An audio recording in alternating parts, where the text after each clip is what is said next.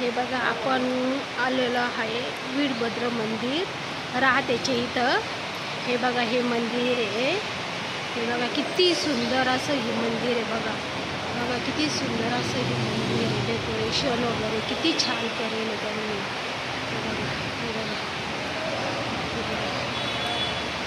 किती छान मंदिर आहे। या मंदिरामध्ये